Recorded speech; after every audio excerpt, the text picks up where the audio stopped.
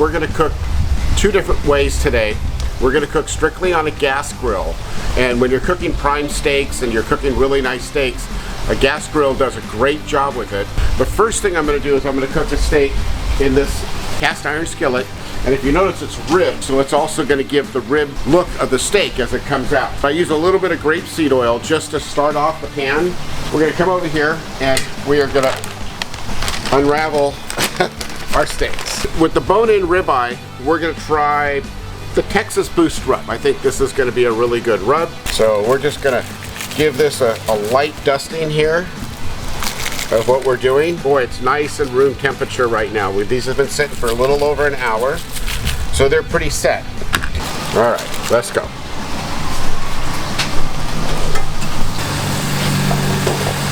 We're gonna add some garlic cloves here.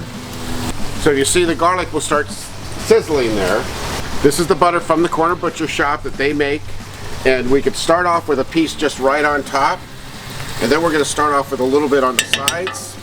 We're also going to add a little rosemary, and the rosemary is just going to also be another flavor additive. So what we're doing is we're coming up with different types of flavors in here, and this is why I did not season this steak as much as I would season another steak.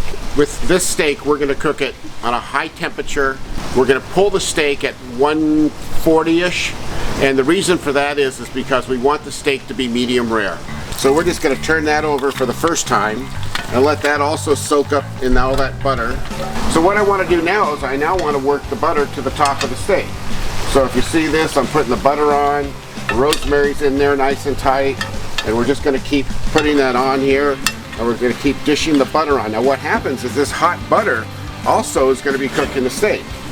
Now you got to understand the garlic butter is going to infuse along with the garlic, along with the rosemary, all into that steak. Those flavors are all going to come out in this steak. This is going to be one absolutely incredible piece of meat. There's two ways to check your steak to see if it's done.